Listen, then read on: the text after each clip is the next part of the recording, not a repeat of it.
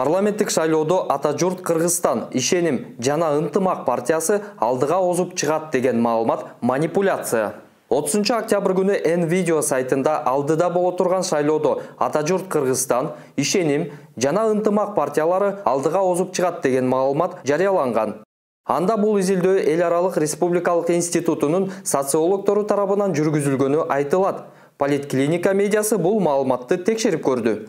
IRI институтунун изилдөөсү. Аталган уюм 1983 жылы АКШда ачылган. Ал коммерциялык эмес мүнөздө иш алып барат жана дүйнөнүн 30дан ашык өлкөсүндө жыл сайын социологиялык изилдөөлөрдү жүргүзүп турат. Эл аралык республикалык институттун Кыргызстан жөнүндө эң акыркы изилдөөсү август айында жарыяланган.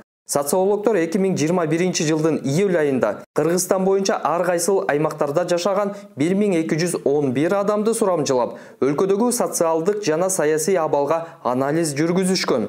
Натыйжада бул жылы кыргызстандыктарды эң түйшөлткөн маселе кымбатчылык жана жумушсуздук болгон.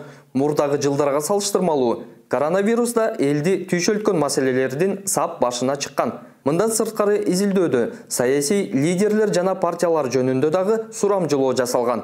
Натыйжада сурамжылоого катышкан 1211 адам ишенимдүү саясатчы катары Садыр Жапаровду жана Камчыбек Ташиевди көрсөтүшкөн. IRI жарандардын саясий партияларга ишеним деңгээлин изилдеген.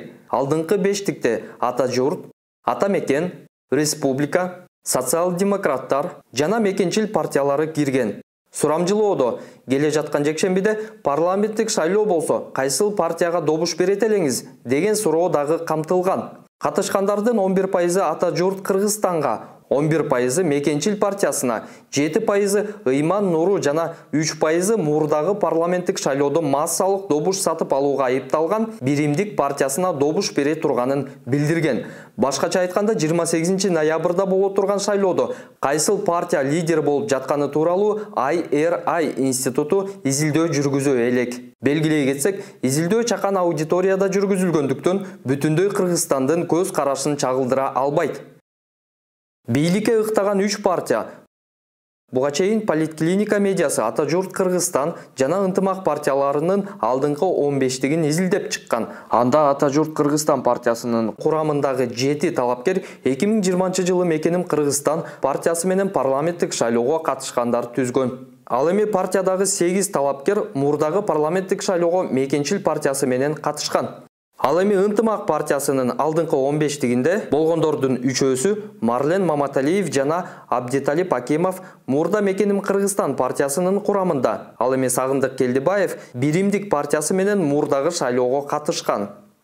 Жыйынтык 28 ноябрда боло турган парламенттик шайлоодо 3 партия лидер болуп жатат деген маалымат манипуляция.